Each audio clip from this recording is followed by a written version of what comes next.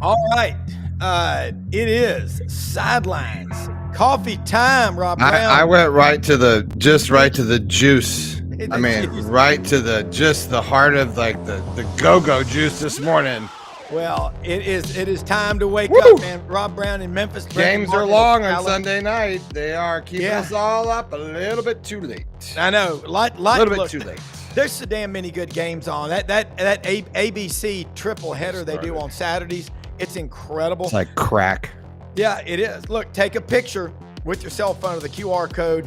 We're live on Twitter, Facebook, and YouTube. 8 channels simultaneously. 9 at the same times. time. Yep, we are. And we brought on a new show Friday. Frank Duffy, Go for the Gold, LSU. That was fun. 9 shows on this channel that we've been building, and we ain't even started. We're just getting No, we really started. haven't even started. We really just getting started. Hey, look, Coach Ellis Johnson checks in with us this morning from over in South Carolina. Coach Pete Cordelli and Dave Bartu will join us as soon as he can from College Football Matrix. He just said, he texted me and said, boys, are y'all ready for the heat? Because it's coming from the West Coast. A lot to talk about today. Yeah, it's going to be a lot. Look, so much football this weekend. I think a lot of people's eyes are really sore. God, I watched a lot of football. But sore? My eyes are sore. I was at the game on Saturday, so I know, and I was texting you, and they held on, but you can see they tried to give it away, didn't they? Yeah, it was brutal. But look, we got a lot to cover today, and we're going to talk about the frauds from the legitimate teams and the rankings. We're going to tear the rankings apart because let's get Coach Johnson started in here with us, and Pete and guys. Good morning. First of all, thank you more than you know for sharing your time with us. Combined over 70 years of coaching experience between these two youngsters, Pete Cordelli, Ellis Johnson. Guys, watching football, and I was doing my homework last night to prepare for the show, and you read up, and you see, yeah, I know, and you see that there's only been like a couple of times in the last 70 years since 1936, 1950s when the preseason polls started. We've only had a couple of times when teams that were ranked 1 and 2, like Texas and Penn State were, and now in the first week of October are not even ranked anymore. I used to say if I was a coach, I'd take all the preseason magazines, put them in a stack, take them out on the practice field, and light them on fire and say, this is what's going to happen to your season if you're paying too much attention to this versus what we do on the field. Ellis, you know, we're talking about Arch Manning in Florida. What happened Saturday? Were you surprised? No, it's easy to say this after the game. I picked that one. I just think that Texas has got some issues. And now you mentioned earlier about all the offensive linemen that were out. Yeah. And they're not protecting Arch. He also got hit in some real compromising positions when he was throwing. And I could have sworn one time I saw him grimace real bad when he threw. It seems like certain throwing motions are doing something in that shoulder. I don't know. Yeah. But regardless, that did not surprise me. And I think Florida may win at Texas A&M this weekend. Marcel Reed is not playing well enough to beat anybody. Yeah. Well, Pete, you looked at that, and you talked about Lagway's injuries, and you look at Arch. You've coached quarterbacks. You've coached quarterbacks that have won national championships. What's your take on what's going on in Texas? And I know Dave Bartu has a lot to say about all this, but let's get started.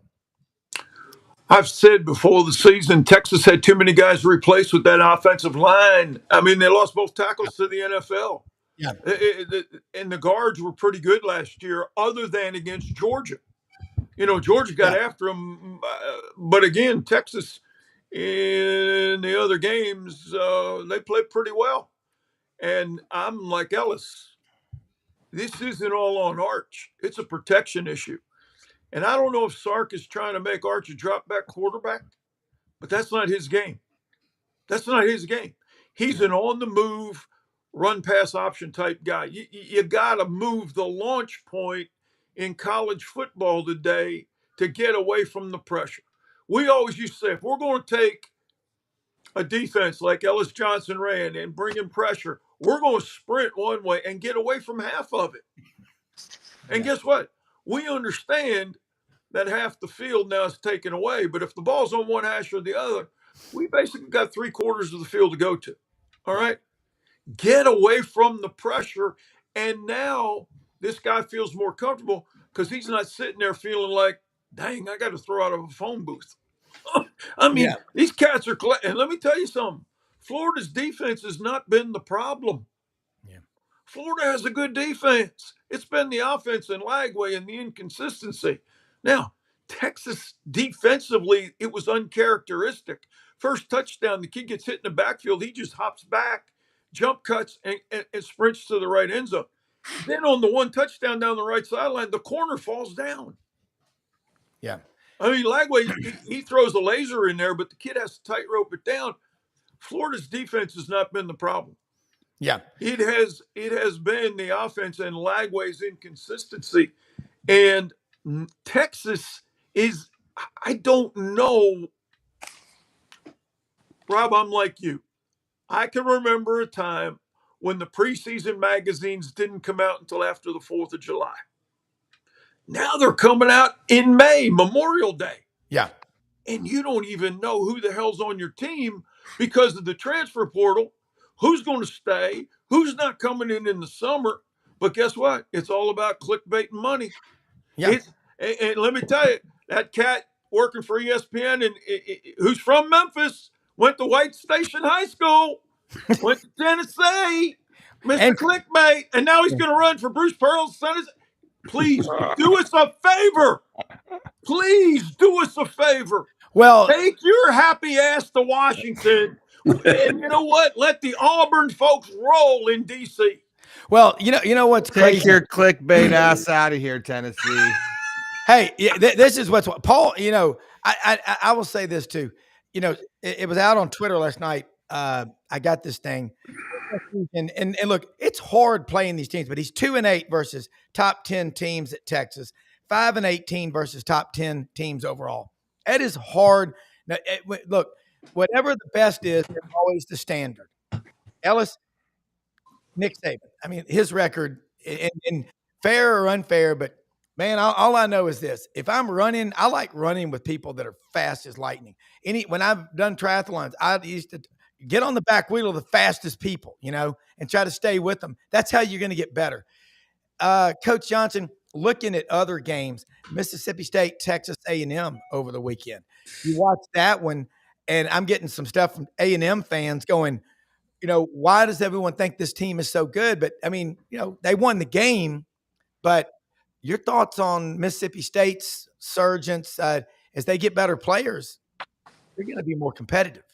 Yeah, I said last week they look like against Tennessee, they look like a legitimate SEC team. They've evidently done some things with the portal and recruiting, and they're a good football team. A&M's defense is just so destructive, and they really took it to Mississippi State. Mm-hmm. But I do not think, and I'm a big A&M fan, but I don't think they can go the distance unless this quarterback starts playing better. I mean, he played very average in that game, and they still won. But they're not going to last down the road if Reed can't play better than he did. Well, when you start looking at it, Pete, everybody says the dual threat quarterback. Marcel Reed, has he got the arm to throw him out of jams? I mean, he can run. And then I also heard something said, maybe the reason Arch is running so much is because things are just breaking down around him. Kind of talk about how you keep your head when that's happening. Marcel Reed has never been a very accurate thrower of the football. From high school here in Nashville at MBA, you know, he was committed to Lane Kiffin at Ole Miss and then flipped to Jimbo at A&M. The one knock on Marcel Reed was, and I say this week in, week out, the mark of an excellent quarterback to me is, can you make an accurate throw under duress with consistency? There aren't many guys that can do that. Mm-hmm. And if you can do that, you've elevated your football team by making that big-time throw. The other thing is, Craver and Concepcion, they're exceptional receivers now. To me, you throw it up and it's a 50-50 ball, those cats are going to do it. At Notre Dame, look at how many how many explosives they hit because that Notre Dame secondary just couldn't get it right and the lack of communication. Again, we have a 7-3 halftime score. Mike Elko has to go in and break 2 more chairs this time to get his offense's attention. And you know what? Elko's going to do what he's got to do. I don't blame him. Rob, I want to go back to Arch Manning for a minute. Yeah. Ellis and I both have recruited in New Orleans. We've been to Isidore Newman High School. That's not the best league that's not the best competition in the state of Louisiana. God bless David Cutcliffe for training Peyton. And I'm going to say this, Tuberville was at Ole Miss, and there was a statement made that as long as Tuberville was at Ole Miss, Eli Manning would not go to Ole Miss. Yeah. And that was made by a pretty strong family member, and it wasn't Arch. So figure out who it was. I mean, Mama's got a lot of say in that dude, baby. Yeah. So when Mama said that, and, there was some things going on, David Cutcliffe all of a sudden shows up as the head coach. And he does not go with the Tennessee team when they win the national championship. Yeah. So David Cutcliffe now trains not only Peyton, but he's got Eli. Yeah. Arch Manning is a year to 2 years away. Marcel Reed, I agree with Ellis. When the heat gets on, can he make a consistently accurate throw under duress? Yeah. He's got 2 great receivers to bail him out, and he's got a defense to bail him out. But the problem becomes, do you become like Garrett Nussmeier and throw it into coverage? Diego Pavia, throw it into coverage. A quarterback has to protect the football. Running backs, we talk about 3 points of pressure. The quarterback's way of protecting the football, don't throw it where there's 2 white jerseys to 1 or 3 or even 4 where the ball can get tipped. Yeah.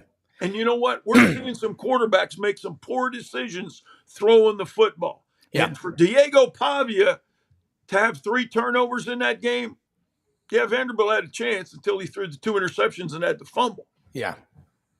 Well, let's bring in one of America's nice guys, Dave Bartu. Dave, you've been licking your chops. I'm just going to get it. We need that Don Rickles song. He used to play El Toro, the bull, when he comes on here. Dave, how are you? You invited a Cat 5 hurricane to this show this morning, man. I am ready to. Well, I'm ready to for you. Some beers and kick some ass, and I am all out of beer already. Well, I'm on the Red Bull, dog. So I went pink. I'm just robbing people right now. I am. I don't even know. I came on this show pissed off at Jim Franklin, ready to get on my soapbox and start bitching, and then I hear one of y'all talking about meaningless top 25 rankings like they're important. Yeah. They don't mean anything. Dude, I can put out my top 25 ranking right now. UCLA's number 1. Guess what? Doesn't mean anything. But you know something? There's a bunch of adults listening that are going to get butt hurt. You know whose problem that is? That's the listener. That's a fan. If you're hurt over an AP top 25 poll that means jack ass, that's a you problem. It doesn't matter if they come out in April or May or June. It's all clickbait. All of it. Yeah. Stop it. I'm gonna need you to stop. This is our livelihood. I'm gonna need you to stop right now. Okay, yeah. This is why we put these things out. This is we need something to talk about, bro. Yeah. Exactly. It's entertainment. It's for talking. It's for discussion. But it's not serious. You go on Twitter and Instagram and Facebook and all these social media places. And, oh my God, the sky's falling. My life's ruined because Penn State's still in 3 guys top 25. Yeah. Dude, that's a you problem. That's a you problem. You're at a nya. I need you at a nya. Yeah. Well, you're at a 10. I need you. And I think that committee that picks the playoff teams is just as bad. They start with these programs halfway through the season. Yeah. And they put it. Don't look through who they put in the top 5 or 6. Look who they're putting at 15, 14, 16. They're setting them up. They're setting up the brand names and giving them a chance to play their way into the 12. They need to go to things like you do, Dave. They need numbers. They need to go to the formulas. It'll be less bias, less human nature in it, and just as few mistakes. There'll be mistakes, but there's mistakes now already. Guys, I've said forever, I hate committees because there's human bias involved in everything. And you can't tell me there's not. But I wish we'd go back to the old BCS, feed the information into the computer, and then come out. Here's my question. Who's paying everybody on that committee? Why are those people having to go to Texas and put all this money into NIL? I don't know who pays them. Yeah. Where does this money come? And where does this committee come from? And you know what? I'm a big believer. Unless you've played this game, you don't quite understand what a week is of preparing. And then on Saturday, either getting your ass beat or winning a big game like UCLA just did. You know, and UCLA's not in the conversation because they're now 1-4. But just the whole mindset of having the experience of going through it. Yeah. Let's go back to the BCS computer and Dave Bartu. Dave, what do you think? Go. Dave, if a formula's not good, then how do you do what you do for a living? Okay. Pete, you want to go back to the formulas. You want to go back to the BCS, right? Yeah. Okay. You understand that was a committee of 13 men that decided what variables ranked teams, right? That wasn't a computer. No. See, I didn't know that. I didn't know. Clean data You're in, enlightening me now. Clean data out. Okay. The BCS was a committee of 13 men that decided which variables they felt were important for ranking a college football team. Gotcha. It was not a computer ranking. It was a human committee that was more manipulable than what we have today, was less transparent than the non-transparent thing we have today. Gotcha. And so the BCS sucked. It was a committee of 13 men that decided how to rank college football with no transparency. Yeah. Thank you for no. Thanks for I was wrong, obviously, because that's the first time I've heard that. I disagree. I wasn't talking to you, Pete. Let Ellis. Yeah, Ellis. No, I wasn't talking. I was talking to everybody listening. Yeah. This is a common misconception. It wasn't. Pete brought up a great subject, but a lot of people go, "I want to go back to the BCS. I don't want a committee." Guess what? The only way you not have a committee is have rules where teams play themselves in. You know the rules, and they get in without one person or one computer saying they're in or out. All right, Ellis, do you know? Go ahead, Ellis. On the BCS, once the rules were put in place, then the humans are out. And everybody knows those rules too. And you either get in or you don't get in based on what they put on paper. Now, they may have messed it up. Maybe they need people like you involved. But I still think it takes more of the human bias out of it. And I got to go to 2 national championship games with the BCS formula. So I think it's a great fucking idea. You like to love that, Coach. Tom Cruise, don't mess around with you. Look, Top Gun says he likes it. Bring the BCS back right now. Well, all right. We need to get the priest in here. Everybody calm down. No, but I think what's really cool is like Pete and Ellis and Dave, 3 of the and all this panel, smart guys. I did not know that either, Dave, what you just said about 13 people putting that data in. And now look at the season where we are. You talk so much, and I have people come up to me. I was buying hot dogs from Hot and Heavy Memphis Hot Dogs Friday. Oh boy. On Madison. And by the way, they ordered gummies from you Friday. They were great. They sent me their receipt. But anyway, Ann and Ron McIntyre, we were talking about this, and we were talking about the numbers. You talk so much about reps and snaps and starts. Ellis, when Ellis and Pete talk about defensive fronts and offensive lines and quarterbacks, I mean, it's like asking Michelangelo for art lessons. It's really cool. Talking to you is like talking with Thomas Edison about the light bulb. All right, Dave, this is fascinating to me. The SEC top to bottom, what's going on in this league And then I texted Rick Neuheisel yesterday to congratulate him. So excited for him because he used to come on the show, but now his show is the same time as ours. But he was so appreciative of it. He's a dad. That must have been hard for him to do what he did. But Dave, you're out on the West Coast. Football all over the country. There's like this revival. Yeah, well, I mean, you were. It's amazing what one game can do because the rest of the weekend was just like, bleh, right?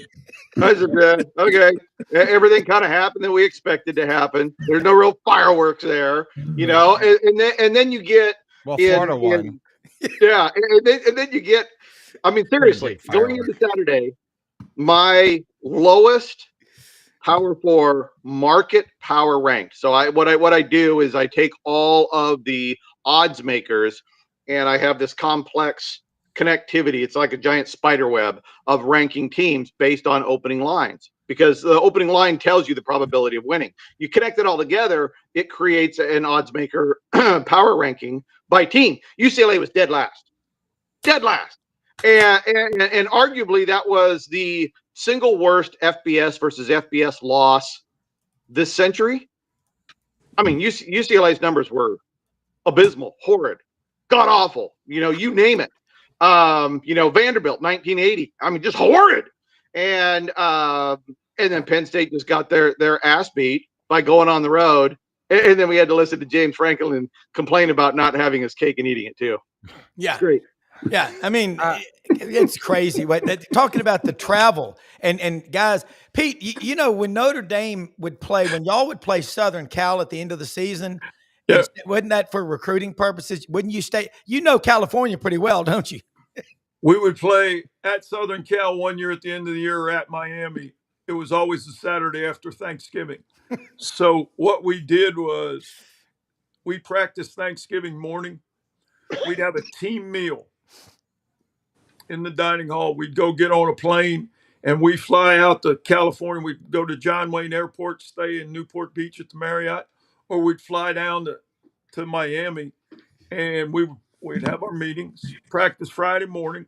And then every Friday in LA, they had a USC Notre Dame luncheon. So coach had to go. So the players had from noon to 6 off. And then we'd play. And then Sunday morning, the Notre Dame Club of Southern California would put on a breakfast before we go to the airport and fly back. And the same thing in Miami. So it was, and at that Notre Dame Club on Sunday morning, there were some guys that we were recruiting that just happened to show up for breakfast. So, you know, how nice, Coach.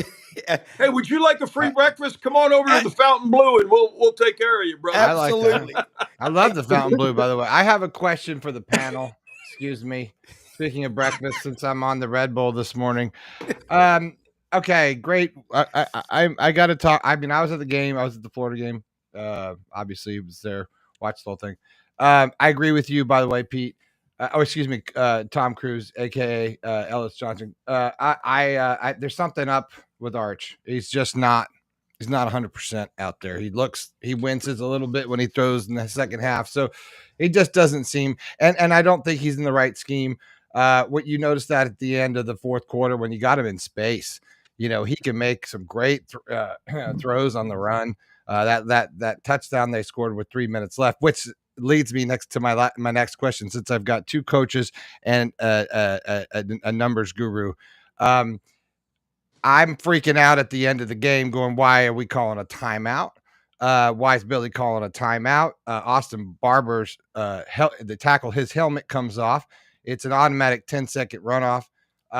And instead of running off, doing the 10-second runoff and then doing the play clock rundown, Billy calls a timeout, which of course they shit the bed on the third down, and then they got to punt it away, giving them 55 seconds left in the clock instead of less. I guess I'll start with Pete, and we'll go left to right for me. But what were your thoughts as coaching call? And I'm asking this because I feel like this is kind of a Billy Napier thing. End of the game, stupid ass calls. To me, am I wrong? Or am I just being armchair quarterback? No, I think you're right. I think this is the thing that's plagued Billy all along. At critical times, the timeouts or or not calling timeouts. South Florida. I mean, so it's a pattern.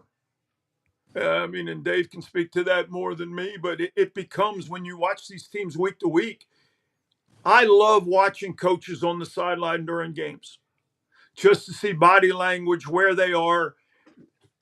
The knucklehead with the freaking playbook behind him running up, hey, like the little minion. This is the analytics book. Will you get that guy off the sideline? God damn. Yeah. Coaching is a feel, real time, in game. Get that knucklehead out of here.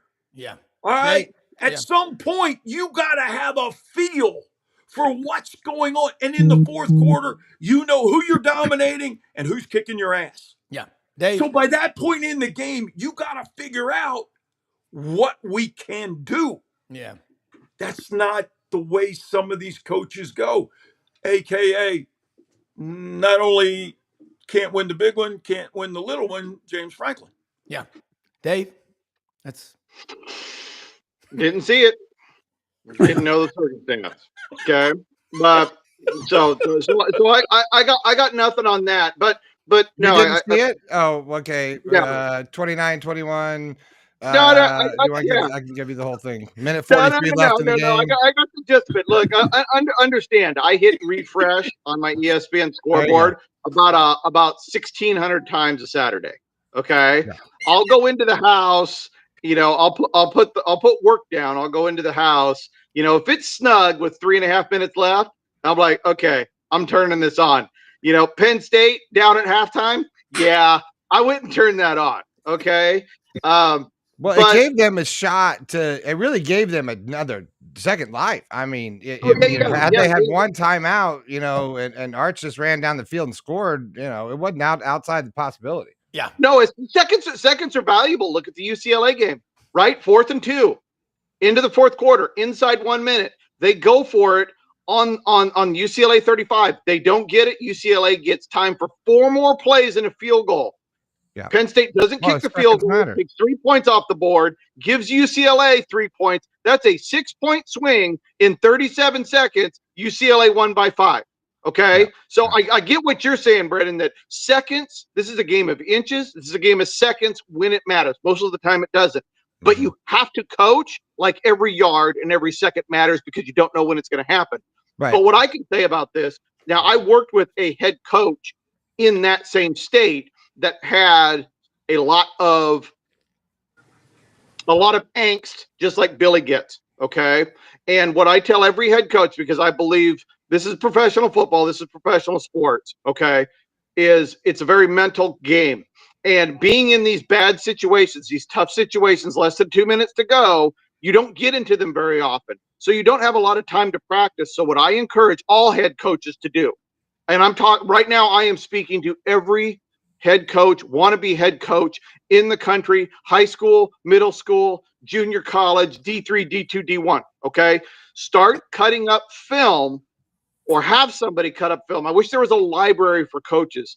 And what it does is it puts you in, here's the game situation. What would you do? Then watch the game play out. Here's a game situation. What would you do? Pause, watch it play out, and put yourself into these tight situations on the airplane, at home, driving to a recruit's house, over and over and over and over until mentally you are calm and you are much more prepared for these situations like you're talking about at the end of the game against Texas at home in the swamp. Dave, can I say this? This weekend alone, FBS had 22 one-score games. FCS had 23 one-score games. You got to be in the mindset, like Dave says. 22 one-score games? Yeah. Coach Ellis, is this, though, Billy Napier's, I know Billy, I'm not knocking, but it just seems like game management at the end of the game. We can go back to a couple of games even last year before just getting the wrong unit on the field to kick a field goal at the end of a game, or there's a myriad of things that have gone on that have cost the ball game. Did you feel like that was a mismanagement at the end of that game? Yes. Now, why? That's a different question. And the only thing I could imagine is he had a personnel problem that he was really worried about at that time. And before you let somebody get a delay of game or something like that, just burn the timeout and try to get it all organized. I have no idea if that was it or not. Now, the second thing, though, you've mentioned before that you don't think they're extremely organized in the box sometimes. Billy can get real cerebral. I mean, he is a very smart football coach. If he's trying to call the game and make those decisions, this is where a lot of coaches get in trouble. They get immersed in the call sheet, and they're more worried about how many times they call certain plays during the whole part of the game. How many times did we run it? How many times did we throw it? It comes down, like y'all have just said, there's about 3 critical times in a close ball game that you better make the right decision, and it has nothing to do with play calling.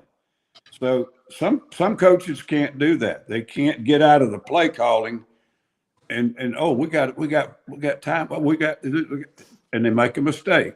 And they either have too many people trying to give input at a critical time, or they don't have enough people. Yeah. And it's not clearly defined who's doing what. I got a call from a good friend way back. He was working for the Cardinals, and I'd already quit coaching. He wanted to know if I was interested in coming on the staff. And I said, well, doing what? And he said, well, coach wants an older, experienced coach, and he wants somebody who's in charge of the clock during the game. And I'm thinking, hell, I mean, I didn't know they had clock coaches. But he wanted somebody that was constantly keeping an eye on the clock and the field position and the timeouts and such, and interject at the right time when you have to get his attention, because he may be immersed in something else. Yeah. Dave? Yeah. 7 years ago, my team, as everybody knows, our main job in the private world is we build staffs for college football and the NFL. Okay, we use analytics to build staffs, get them hired, and so forth. 7 years ago, we ran the numbers, and we started looking at head coaches as CEOs versus head coaches as play callers.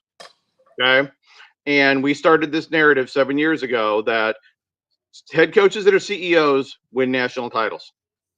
Okay, I believe in the last 25 years, the only head coach that wasn't a CEO that won a national title, and he got lucky because he had a generational player in Jameis Winston, is Jimbo Fisher.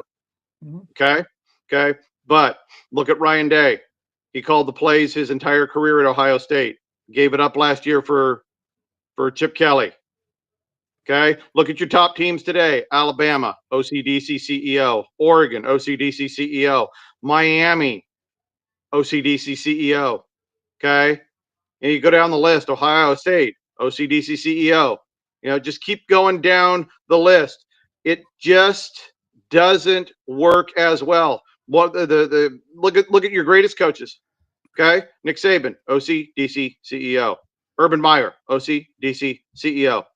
You know, Dabo Swinney, I know he's struggling right now, but still one of the top 3 active head coaches in all of college football. OCDC CEO. I think Billy needs to hang up the play calling, he is, I agree with you, Alice. He is very smart. He's almost too smart because he tries to outthink the room. You know, when you hire 2 offensive line coaches coming into Florida, you're trying to reinvent the wheel. Overthought that one. So OCDC CEO, I think that may be the missing piece going forward. Yeah, unless you're Steve Spurrier. Yeah. Well, the one Ellis, going back to your point about being immersed in the play call sheet and calling the same play over and over. Sean McVay admitted to that Thursday night on that when they didn't make it on the 4th down.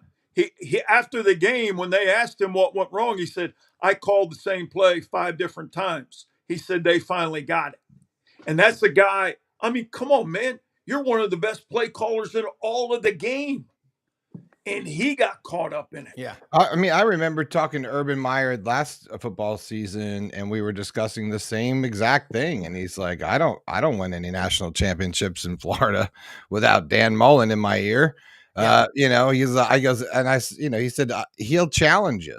Well, and the moments that you need to be challenged, and you need a certain personality in there and somebody that you respect So it just makes sense when a Chip Kelly gets paid a couple mil to go in there and do something, because offensive and data and information, it's all coming so fast. And I Well, think when you have a cerebral guy like Billy, when you get in those pressure situations, it's hard to pull the trigger, right? well, it Rob? is.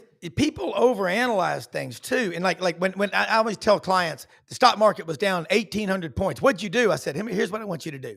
If you're panicking about the stock market, I want you to start at Front Street and Poplar. Brendan's right. Front Street and Poplar, downtown Memphis, go all the way through Collierville to the square. Down Poplar, the busiest street in Memphis. Get someone to go with you and a notepad. And every time you pass by a business that is a publicly traded on the New York Stock Exchange or the NASDAQ, write them down. Okay? People ain't going to quit going to ExxonMobil to get gas. They're not going to stop going to McDonald's to get a double Big Mac like Pete gets every other day. They're not going to stop going to Taco Bell. They're not going to stop, going to Home Depot or Lowe's. Get in the way of the money, but don't complicate it. Dave and Brendan, this is the smartest group this is fascinating is what this really is. And I hope nobody gets mad or anything like that. But I like raising our hands. Oh, they get mad. No, but no, this is like Ellis is right. Like I would like to know, you think about when things are going crazy, like, man, my wife, Audrey, she's just a calm, man. She's like, just like being down on the Gulf Coast at the beach. You got to be a mountain of calmness. Dave, you've heard what Ellis and Pete just said, and Brendan, talk to people out there that are going, there's no hope for our team, because I'm looking at an interesting stat. 3 of the top 4 teams in the preseason rankings, Penn State, Texas, and Clemson, aren't even ranked anymore. The last time a winless team, 0-4 UCLA, last time a winless team beat a top 10 team in the season was 1985, 0-6. UTEP beat Brigham Young. Dave, kind of makes sense out of this. Things happen. Yeah. Right. That's why we play the games. That's right.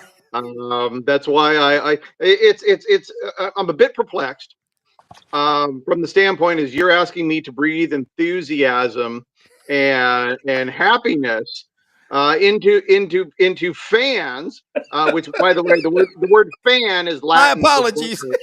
No, the word fan is Latin for butthurt. On a guy who thrives on whose career is on pessimism and keeping in mind what the downside is. Yes. But when it comes down to college football, though, you have windows of opportunity. Okay, the big brands are going to be the big brands because they got the big money. And right now, what matters is how much money do you have and how well do you spend it. Okay, Texas Tech is our great example, right? They got a bunch of money from some billionaires. They went out, they scouted, they got the players. But a lot of people don't understand, too, is they upgraded their defensive coordinator. They got a 4.5-star defensive coordinator. They massively upgraded their offensive coordinator. I know everybody loved Kitley. He went to FAU. Look, the guy they got now as offensive coordinator, on paper, way better. Okay, so they spent their money wisely in that bubble. Now, if that money keeps coming in, then the arc can keep going up. But if the money goes back to regular Texas Tech money, the team goes back down. We saw it with Oklahoma State. Okay, we saw T. Boone come in, dumped billions in there. Oklahoma State went from a mid-40s recruiter into the top 25. At one point, they were the number 3 recruiter in the Big 12. They were winning a ton of football games. T. Boone died.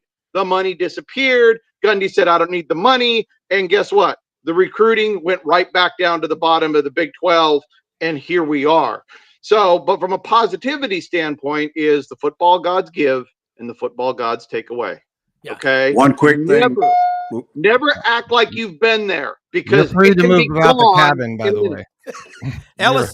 One quick thing about Florida, one other aspect on this. If you got to call the plays and then you've got to manage the game and the offense comes off the field, they got a quarterback that needs a quarterback whisperer. He's struggling. The first half of the season was really struggling. It might be a lot of times where Billy could be talking to that kid as opposed to watching the game.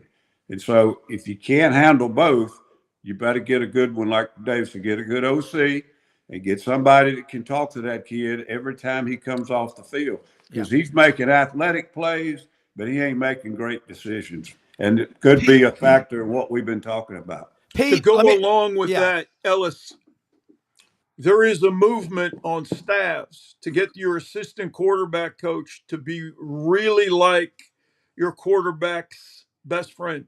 You're off the field with him. You go to eat with him. You build a relationship with him. So during the game, he's the guy with the iPad on the bench going, hey, look, we got, but he understands the kid's emotional highs and lows.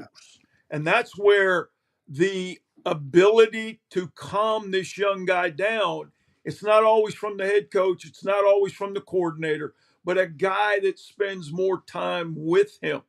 Dave, on the flip side of the Oklahoma State story, Memphis, Ryan Silverfield, when FedEx put $25 million into the NIL, Ryan Silverfield has done a great job of building and maintaining the roster and his staff.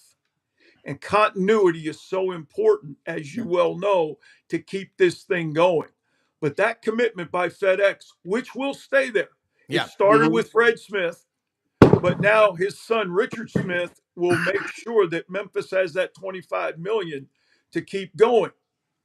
Bubba Cunningham, who is now going to be removed as the AD at North Carolina, wanted Arthur Smith to be the head coach at North Carolina. Arthur played there because Fred Smith, when he was alive, made a comment, a commitment to Bubba, I will finance the NIL deal just like I'm doing at Memphis. The board of trustees guy that went out and got Belichick, now we got this lawsuit. Belichick was on. Bubba Cunningham wanted Arthur Smith because Fred Smith was going to foot the bill just like Cody Campbell at Texas Tech. And Fred Smith was going to put all that money into Carolina football if Arthur Smith was the head coach. Wow. Hey, Chapel Bill, how do you like me now, baby? Show me the money. Oh, Dave Bartucci. No, this the is Memphis fascinating. deal. Hey, Rob, the Memphis deal, though, with Ryan Silverfield, that's FedEx putting that money in. Well, we had Ryan Silverfield on the show Friday morning. Great guy. And I was texting him Friday afternoon, and he is looking forward to talking to some of the people on this panel here. And guy. 10 seconds, he fired back and said, give me his number. But I'm going to see Ryan tonight at the Touchdown Club in Memphis. Looking forward to that. Dave, we'll do rapid fire. I mean, wow, this is awesome. This is better than Hollywood Squares, man. Dave, comment to what he just said. Well, we just started with Memphis, and then you got my sports pants tight talking about how crappy Bill Belichick is. I mean, we're talking about. Really? I mean, Bill is on the path of having the probably. I don't know if it's going to replace Ty Willingham's most glorious season at Washington. Oh no! What a shot! Oh my God, Ty! But no. The single greatest improbable football season in my lifetime is Ty Willingham at Washington. That is statistically, it is nirvana. It is awesome. And North Carolina sucks just as bad. Just as bad. And the funny thing I think about the North Carolina situation is simply that a lot of people think that Bill sold this to North Carolina. No, he sold this to dozens and dozens of ADs. He sold it to dozens of presidents. He was out shopping this thing like the Colonel was selling his chicken recipe and got rejected 1,000 times. He just found a sucker at North Carolina to go for it. All right. But back to Memphis, your original question with Ryan Silverfield. Yes, having the money from FedEx, very, very valuable. Ryan getting the right guys to evaluate players, because $25 million is great, but it's still not SEC Big Ten money. You still have to do really good things with it, and he can dominate that conference with that kind of money if it's done right. Ryan is also solid at staffing. Actually, he has one of my favorite guys, a guy named Tim Cramsey's his offensive coordinator. Has been there for a few years. Tim is very, very, very, very good. I have been waiting for Memphis. They're kind of like on my bubble board of when does this team make the playoffs as that group of 6 team that can get in there with that money and Ryan's ability to staff. Again, it's going to just come down to a little luck, some seconds, some inches, get them into that playoff situation. But I think Memphis has positioned themselves to be able to do that with Ryan. Yeah, and I know the president, Dr. Hardgrave, because he was the dean of the College of Business at Auburn that Mr. Lauder brought in. Mr. Lauder has always been a big supporter of Auburn. And Ellis, this is. Did you guys hear that the Jordan has sponsored Belichick?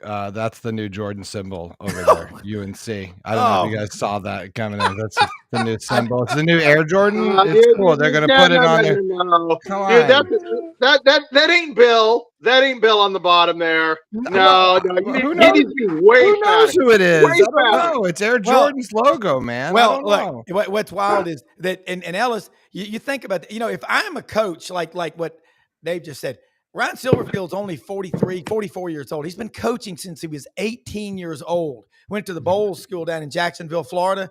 That guy could be an arbitrage guy or trader working on a hedge fund. I mean, he is a really smart guy, and he has a culture, Coach Johnson. Everybody, he said, you come in, we talk to you, we talk about the culture, but if you don't love football and you're not serious about, you're being a good man in academics, and he goes, they're one of the top 5 in the country for community service with LeBonner Children's Hospital, and they do a lot of stuff. The total package. Don't waste my time. Ellis, I would love to have you and Pete and Dave on my staff if I was a 44-year-old, just to tap into your brains, because, you've only been 44 for him. Y'all been 44 and you're what you are now. You can't make that up, Coach Johnson. Well, somebody called me the other day. He was a really good football coach. He's a little older than me, but we both at one point in time coached at the Citadel, coached at Clemson, some other things. And I'm not going to say his name, but he said, you need to go over there and help those guys at Clemson. And he said, tell them I need to help them with their offense. And I said, hell, TK, I couldn't make it through period 15. The trainer would be over there working on me every day instead of kids that are injured. But so coaching days are over. I'm done. And then I'm waiting on you two to get me a casting call. You've been talking this Tom Cruise bull crap. Look, I got you a Mission Impossible 12. Okay, you're going to be the evil genius. All right, you're going to play opposite of TJ. So I'm going to see if Dave can help me. Y'all ain't going to do anything. But hey, I tell you this much, Coach Johnson, the wisdom though that y'all are bringing in here. I mean, Pete, going back over here with you. When did you like to be down on the field or up in the box as an offensive coordinator? Because when that quarterback comes off the field, I've got 4 kids. We've all got a lot of kids among us. There's something about you putting your arm around them. I remember when I was at Auburn, when Pat Sullivan, my childhood hero, along with Shug Jordan, became the quarterback coach at Auburn. Man, how cool was that to come off the field and talk to Pat Sullivan or talk to Pete Cordelli? By the way, I must show you a picture. Look at Pete. He's a damn stud. It's Ray Romano, man. It's AI generated. I'm telling you, we had to get that done because I was on too many post office walls, and my probation officer he was finding me too quickly. Okay. Listen, I always love being in the box because you can see it up there and you can make your corrections. But during the week, like I said, I had a GA who was with the quarterback, but we also had that player phone on the sideline. And, at Notre Dame, I'd be up in the box and all of a sudden the door would flip open and our infamous basketball coach, Digger Phelps, would come in and he'd go, hey, Cordelli, screen for the screener, pick for the picker, and get the ball in the paint. I mean, like the end zone.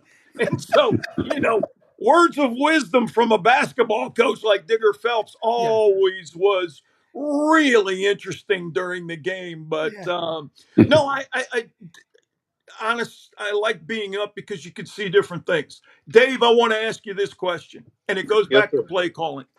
Okay. In basketball, how many guys are on the floor on one team? 5. In baseball, 9, In football, 11. odd numbers. You can't ever be balanced.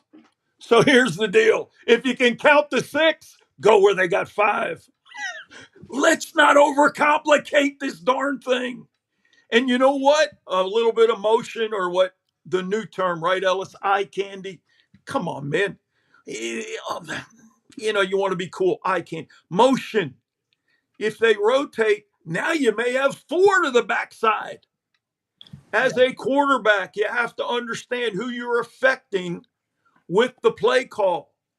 So if there's 11 on defense, but they're too high and then they're spinning the safety, there's a pre-snap read, post-snap read.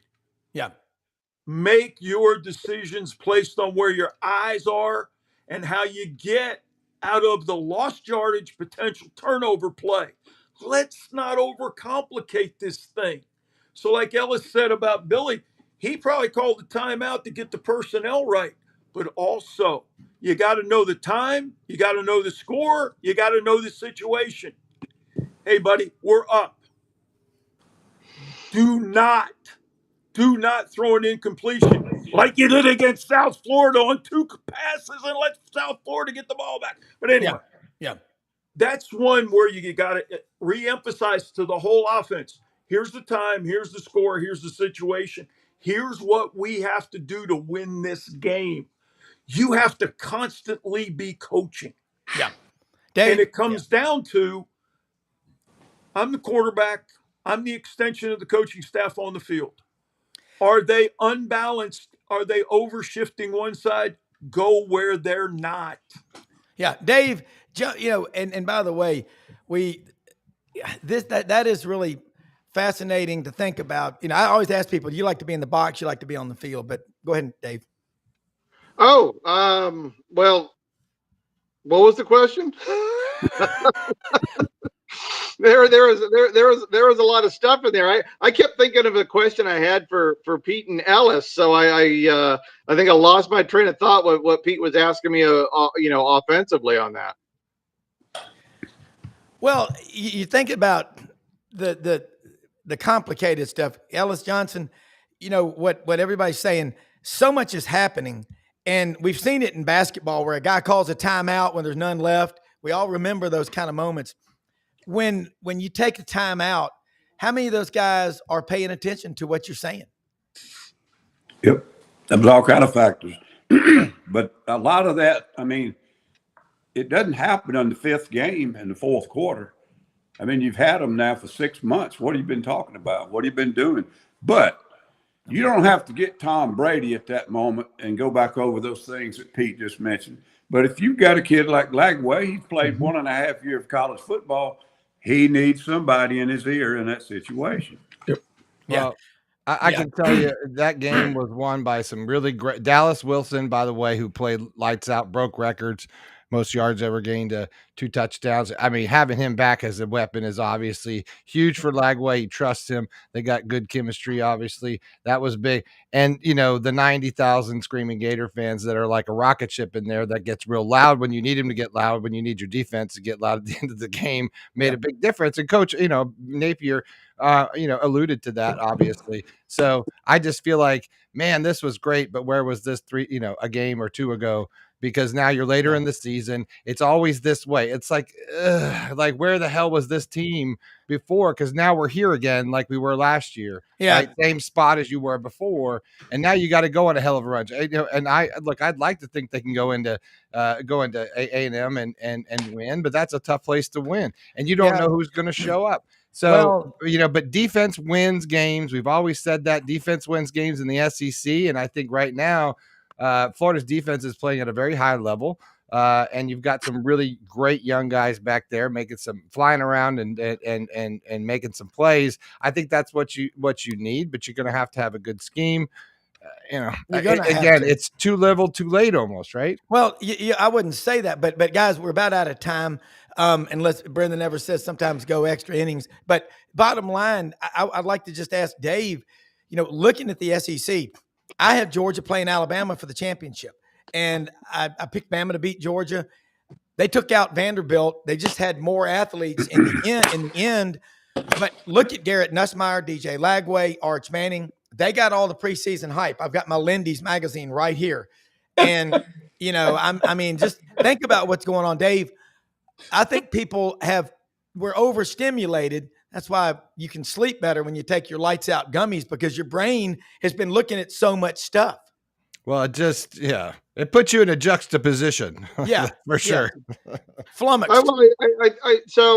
I think with the SEC, I think what you're looking at is you don't have very many balanced teams. They're not very good, right? I mean, you look at LSU. They got no offense, right? And that's not a surprise. We talked about Sloan. He's one of the lowest graded OCs in the SEC, so we're not surprised there. A&M doesn't have an offense, right? Texas, Sarkisian's on his third consecutive year of offensive scoring efficiency regression. They don't have the offense that they need. They got the defense, right? Vanderbilt has the offense, doesn't have the defense. Kentucky never has an offense.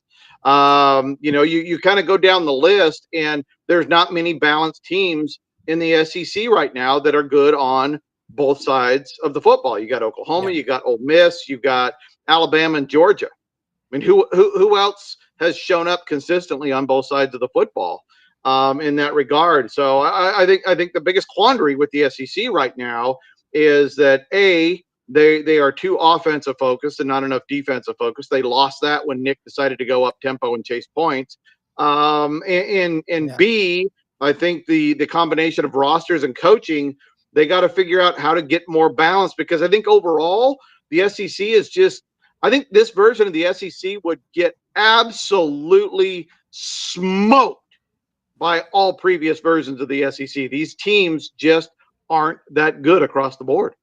Yeah, look, we're going to have to wrap up now, but Coach Johnson, Coach Cordelli, I call y'all coaches just because. Good job, boys. That unbelievable. Good job, boys. Hayes in the barn. Hayes in the barn now. Come on. I'm nominating y'all for an Emmy. For you guys. Yeah, but Dave's right. You just sit there and you look at these teams. They've got one who has both. I don't know who does. And the fans are their heads are spinning. The TV ratings are off the charts.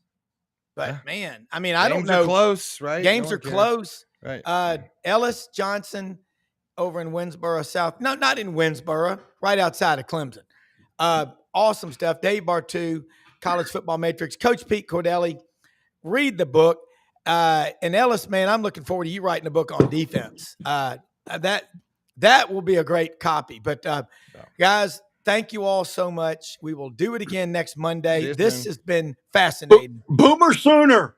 I know, right? Boomer If Sooner. they get Oklahoma's going to If beat they get Texas. Mateer back, I'm going Oklahoma and Ole Miss in the championship. Ellis, if that happens, Ellis, I'm going to Atlanta, and you and I are going to the game. I'm going anyway. We're gonna come have a caravan. We'll get the jet out. Hey, Ellis, you know what the joke is about the Ole Miss Sidelines football jet fired fans? up. Don't ask them the way to Atlanta, because they don't know, because they've never been there. I think they changed that this year. Yeah, I-22 East. All right. See y'all next week, man. Thank I'll you. call you, Dave. I owe you a call. We got to call. God, that was fascinating. Yeah, well, it always is. It's like my favorite. It's like the Monday Rumble. It is a rumble, man. Look, we're going to say something about Landers Ford, people. Get out, man. Get you a new car, truck, SUV. Landers Ford, Poplar and Houston Levy. Open every day of the week except Sunday.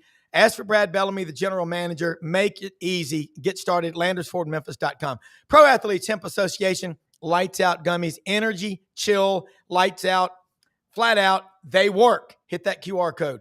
Hewlett and Dunn. Boxes coming in every day. They have got Barber, Filson, Stetson, Pendleton, Schaefer, Duckhead.